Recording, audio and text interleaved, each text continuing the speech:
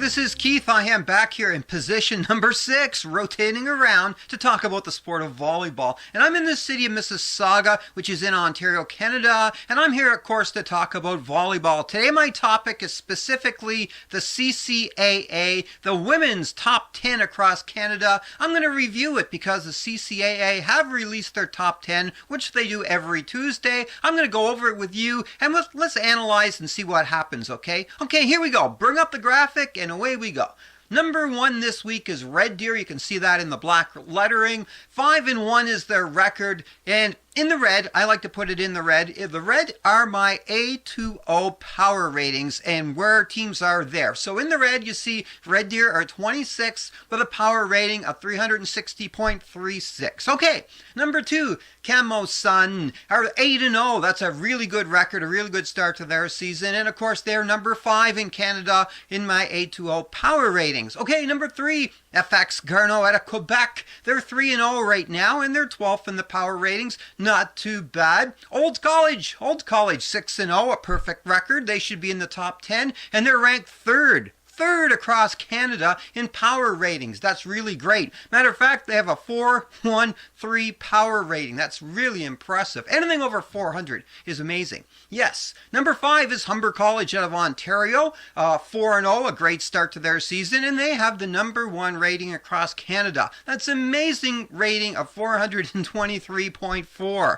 Woohoo! Wow. Anyway, they are the number 5 seed in Canada. Well, ranked 5, but they're number 1 in my power rating because they've been doing great. I don't think they've lost a set yet. No, they haven't. Anyway, UFV, University of Fraser Valley, 6-2, are 28th in my power ratings, but they're number 6 by the CCAA across Canada. Sherbrooke, 3-0, a great start for them. Haven't lost yet. They're 19th, of course, in the power ratings. Mount St. Vincent. Let's contemplate this for a bit. They're 2-1. They're 2-1 on the season. They just kind of started their season. They're 50th in the power ratings, but they got an 8th ranking in Canada. And matter of fact, they just moved into the top 10 for the first time. So there are teams that are doing better in their conference, but Mount St. Vincent definitely got the number 8. Okay, the enigma, the question I want to pose to nobody in particular is number 9, VIU, Vancouver Island University. They have a rating of, they're 9. They're ranked number 9. Yeah, in their standings, they're 1-5. They've won 1 match this season, lost 5. They're 111th on my power ratings, 203.57, definitely the lowest.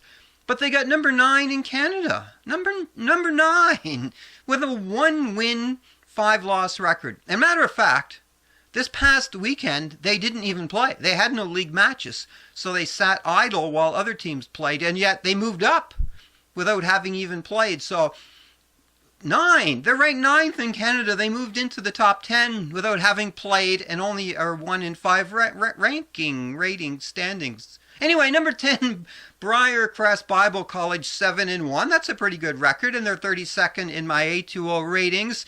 And that's the top 10 for the CCAA women. That's number 9. Number 9. Come on. What's going on here? I'm guessing. This is what happens.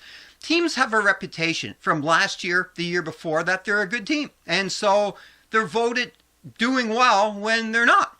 And it's voting. Voting is highly prejudicial, highly biased. Let's put this team into the top 10, and they've only won 1 match. Won the best team in Canada, yeah, and they've only won 1 match. So let's vote them in because of past reputation. I don't know.